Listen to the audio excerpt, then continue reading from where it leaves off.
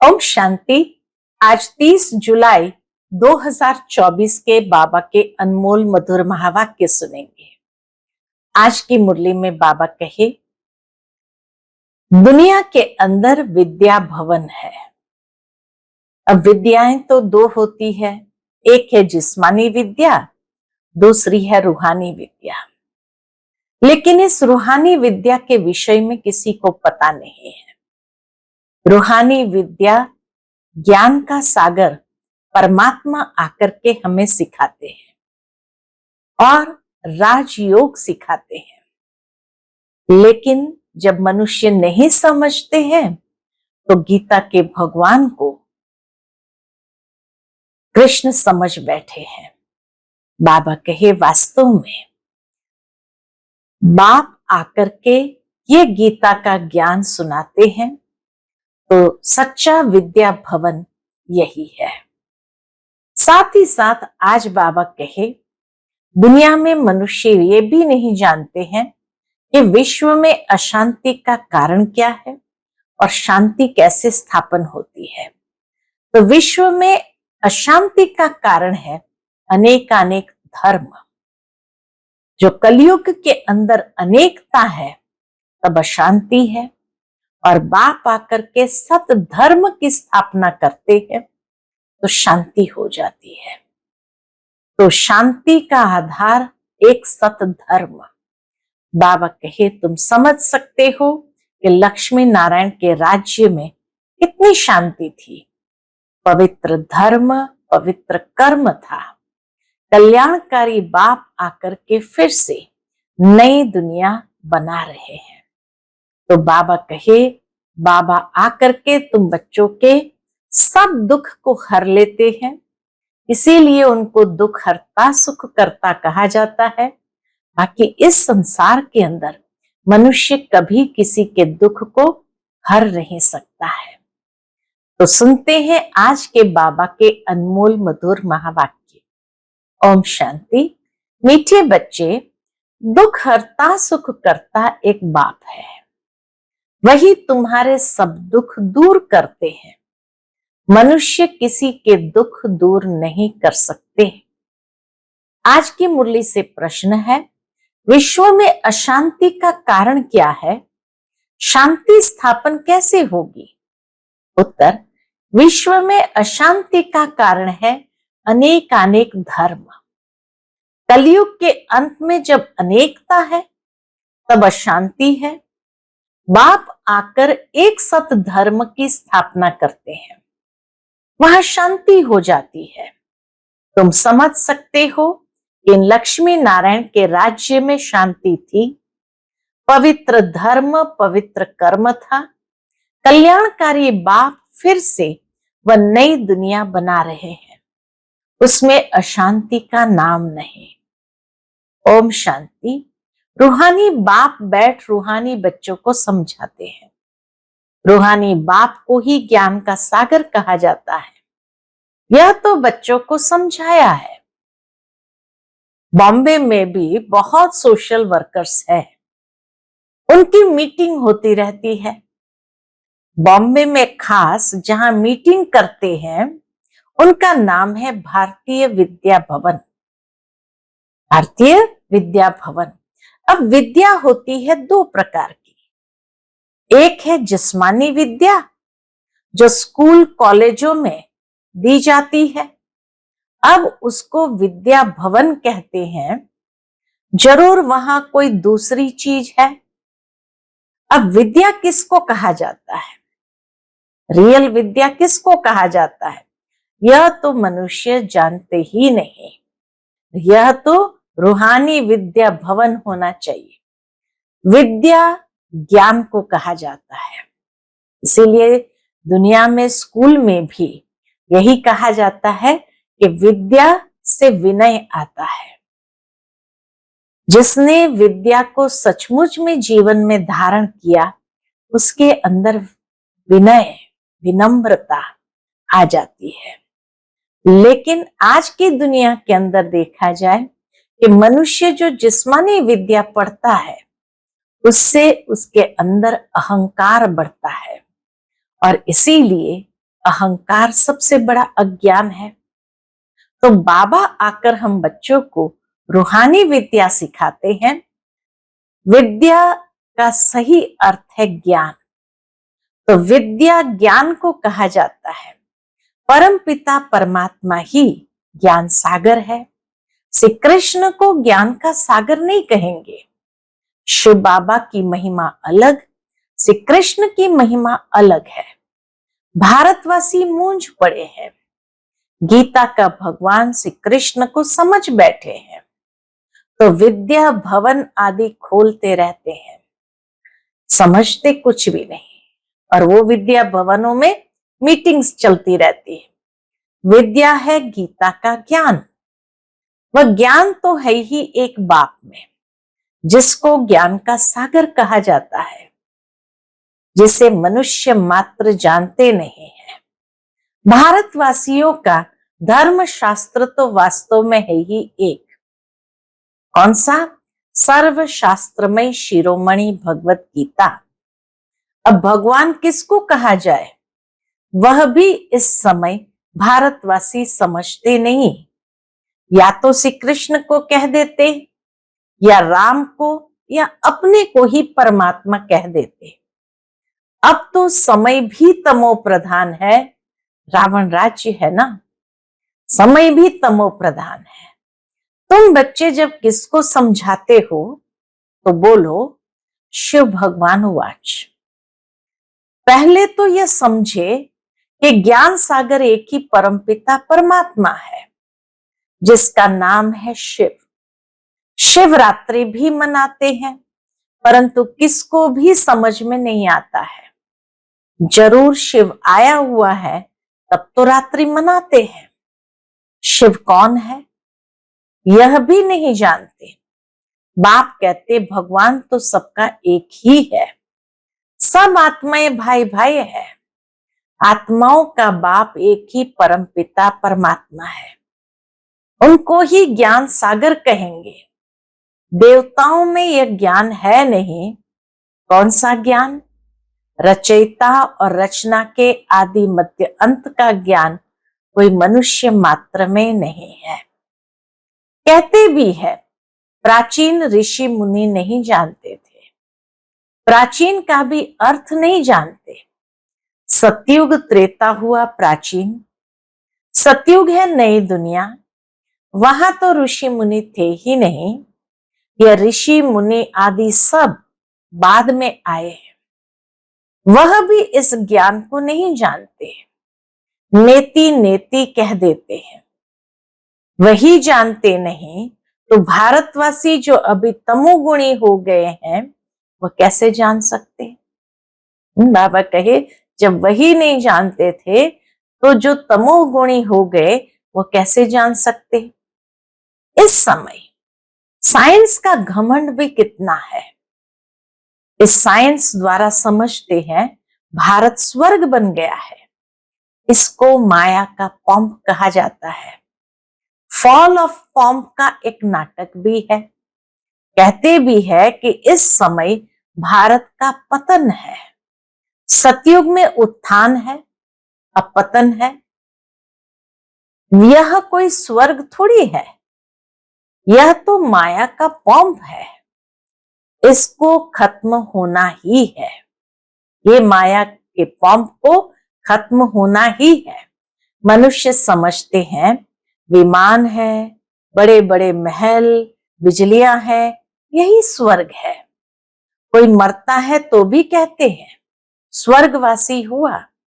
इससे भी समझते नहीं कि स्वर्ग गया तो जरूर स्वर्ग कोई और है ना।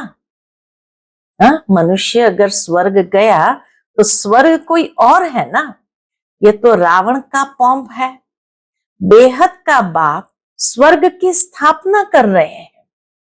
इस समय है चटा बेटी माया और ईश्वर की। इसको कहा जाता है चटा बेटी माया और ईश्वर की, आसुरी दुनिया और ईश्वरीय दुनिया की। यह भी भारतवासियों को समझाना पड़े। दुख तो अजन बहुत आने वाला है। बाबा ने ये जैसे भविष्यवाणी बता दी कि दुख तो अजन बहुत आने वाला है, अथाह दुख आना है। स्वर्ग तो होता ही सतयुग में है, कलयुग में हो न सके। यह भी किसको पता नहीं, पुरुषोत्तम संगम युग किसको कहा जाता है। यह भी बाप समझाते हैं, ज्ञान है दिन, भक्ति है रात। अंधियारे में धक्के खाते रहते हैं। भगवान से मिलने के लिए कितने वेद शास्त्र आदि पढ़ते हैं। ब्रह्मा का दिन और रात, सो ब्राह्मणों का दिन और रात। सच्चे मुखवंशावली ब्राह्मण तुम हो, वह तो है कलयुगी कुवंशावली ब्राह्मण। तुम हो पुरुषोत्तम संगम युगी ब्राह्मण।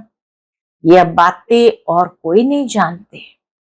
यह बातें जब समझे तब बुद्धि में आए कि हम ये क्या कर रहे हैं।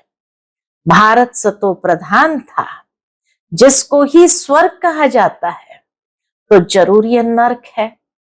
तब तो नर्क से स्वर्ग में जाते हैं, वहां शांति भी है, सुख भी है, लक्ष्मी नारायण का राज्य है ना। तुम समझा सकते हो मनुष्य की वृद्धि कैसे कम हो सकती है, अशांति कैसे कम हो सकती है। अशांति है ही पुरानी दुनिया कलयुग में, नई दुनिया में ही शांति होती है। स्वर्ग में शांति है ना, उनको ही आदि सनातन देवी देवता धर्म कहा जाता है। हिंदू धर्म तो अभी का है, इनको आदि सनातन धर्म नहीं कह सकते। हिंदू धर्म को आदि सनातन धर्म नहीं कह सकते। ये तो हिंदुस्तान के नाम पर हिंदू कह देते हैं। आदि सनातन देवी देवता धर्म था, वहां कंप्लीट पवित्रता, सुख शांति, हेल्थ, वेल्थ आदि सब था। अभी पुकारते हैं हम पतित हैं, हे पतित पावन आओ।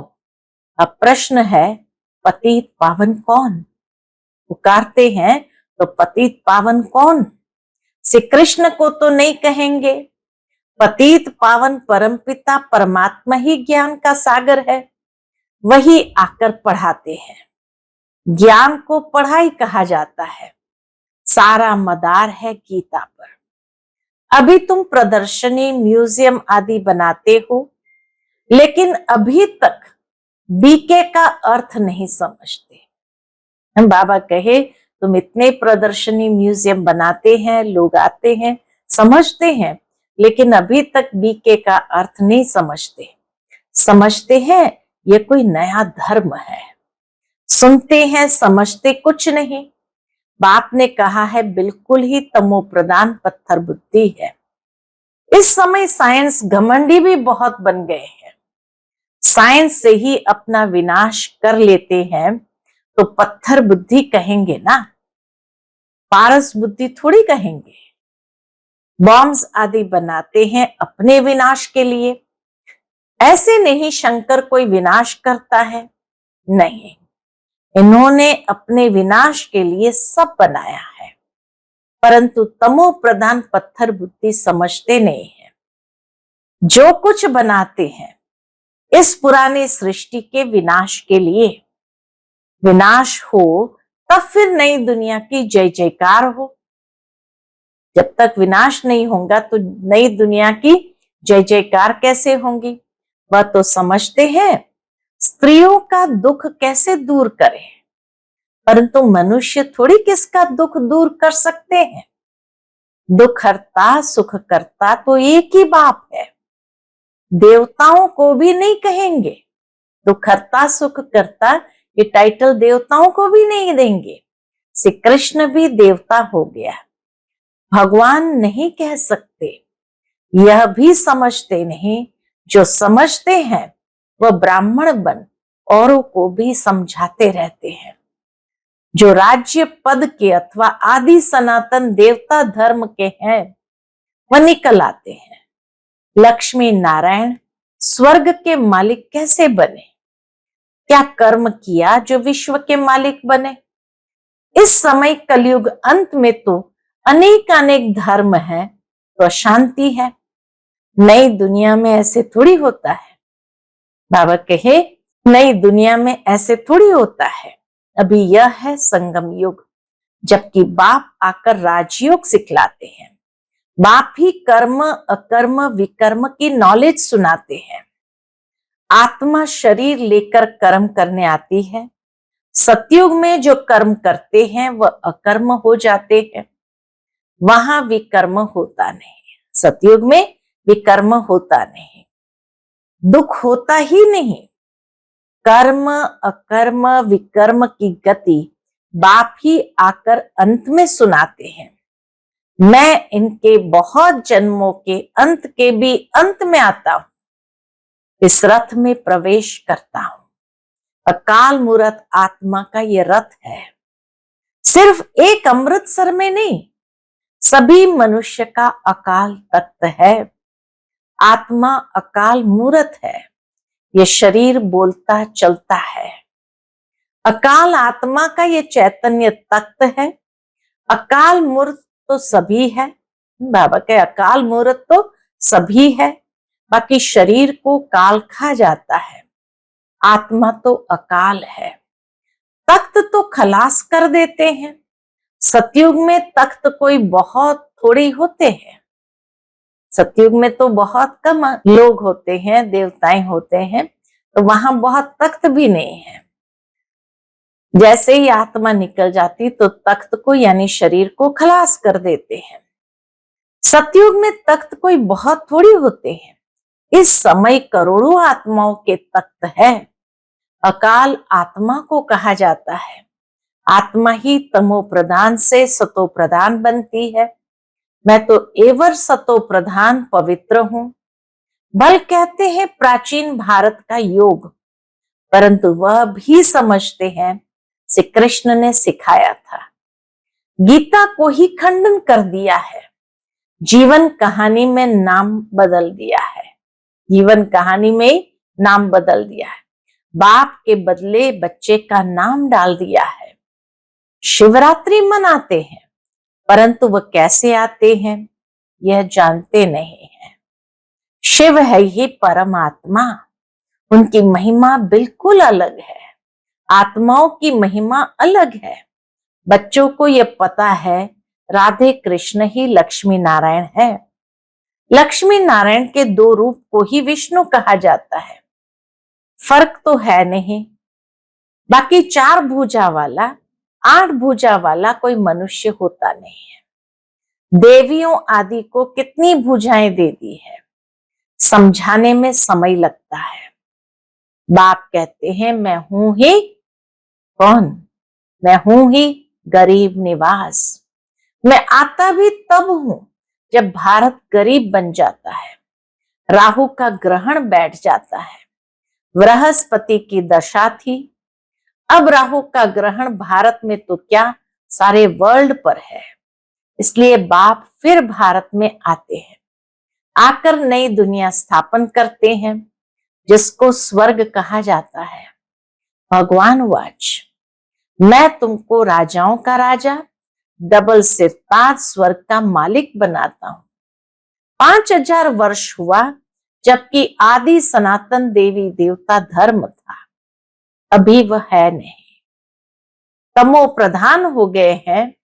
बाप खुद ही अपना अर्थात रचयिता और रचना का परिचय देते हैं। तुम्हारे पास प्रदर्शनी म्यूजियम में इतने आते हैं, समझते थोड़ी हैं। बहुत आकर के देखकर चले जाते हैं, बाकी समझते कितना है मालूम नहीं। कोई विरले समझकर कोर्स करते हैं। रचयिता और रचना को जानते हैं। रचता है बेहद का बाप, उनसे बेहद का वर्षा मिलता है। ये नॉलेज बाप ही देते हैं।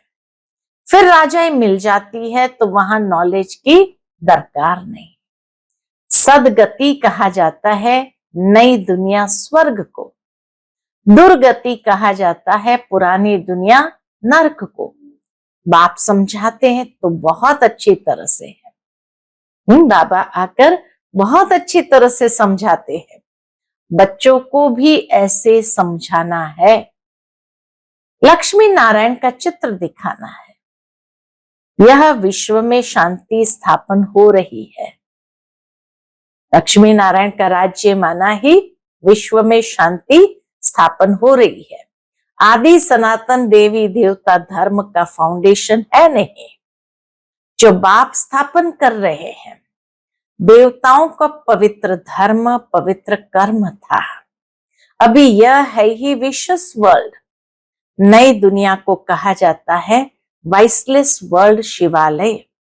अब समझाना पड़े तो विचारों का कुछ कल्याण हो। बाप को ही कल्याणकारी कहा जाता है। वह आते ही है पुरुषोत्तम संगम युग पर। कल्याणकारी युग में कल्याणकारी बाप आकर सबका कल्याण करते हैं। पुरानी दुनिया को बदल नई दुनिया स्थापन कर देते हैं। ज्ञान से सद्गति होती है। इस पर रोज टाइम लेकर समझा सकते हो। बोलो, रचता और रचना के आदि मध्य अंत को हम ही जानते हैं। यह गीता का एपिसोड चल रहा है, जिसमें भगवान ने आकर राजयोग सिखाया है, डबल सिरताज बनाया है। यह लक्ष्मी नारायण भी राजयोग से यह बने हैं। इस पुरुषोत्तम संगम युग पर बाप से राजयोग सीखते हैं। बाबा हर बात कितना सहज समझाते हैं। बाबा हर बात एकदम सहज करके समझाते हैं। अच्छा, मीठे मीठे सिकिलदे बच्चों प्रति माता पिता बाप दादा का याद प्यार और गुड मॉर्निंग। रूहानी बाप की रूहानी बच्चों को नमस्ते। हम सब रूहानी बच्चों की रूहानी माता पिता बाप दादा को याद प्यार, गुड मॉर्निंग और नमस्ते नमस्ते। शुक्रिया बाबा, शुक्रिया। आज की मुरली से धारणा के लिए मुख्य बात है, पहली पॉइंट, राजयोग की पढ़ाई सोर्स ऑफ इनकम है, क्योंकि इससे ही हम राजाओं का राजा बनते हैं। ये रूहानी पढ़ाई रोज पढ़नी और पढ़ानी है। दूसरी पॉइंट, सदा नशा रहे कि हम ब्राह्मण सच्चे मुखवंशावली हैं। हम कलयुगी रात से निकल दिन में आए हैं। यह है कल्याणकारी पुरुषोत्तम युग। इसमें अपना और सर्व का कल्याण करना है। आज का बाप दादा का मधुर वरदान हम बच्चों के प्रति है, हर श्रेष्ठ संकल्प को कर्म में लाने वाले मास्टर सर्वशक्तिमान भव। हर श्रेष्ठ संकल्प को कर्म में लाने वाले मास्टर सर्वशक्तिमान भव। मास्टर सर्वशक्तिमान माना संकल्प और कर्म समान हो। मास्टर सर्वशक्तिमान माना संकल्प और कर्म समान हो। अगर संकल्प बहुत श्रेष्ठ हो और कर्म संकल्प प्रमाण न हो तो मास्टर सर्वशक्तिमान नहीं कहेंगे। तो चेक करो, जो श्रेष्ठ संकल्प करते हैं वो कर्म तक आते हैं या नहीं। मास्टर सर्वशक्तिमान की निशानी है। क्या निशानी है? कि जो शक्ति जिस समय आवश्यक हो वो शक्ति कार्य में आए। स्थूल और सूक्ष्म सब शक्तियां इतना कंट्रोल में हो जो जिस समय जिस शक्ति की आवश्यकता हो उसे काम में लगा सके। आज का स्लोगन है, ज्ञानी तो आत्मा बच्चों में क्रोध है, तो इससे बाप के नाम की ग्लानि होती है। जरूर इस बात को अच्छी तरह समझना है कि ज्ञानी तो आत्मा बच्चों में क्रोध है, तो इससे बाप के नाम की ग्लानि होती है। इसलिए ज्ञानी तो आत्मा तो वह जिसमें क्रोध न हो। अच्छा, ओम शांति।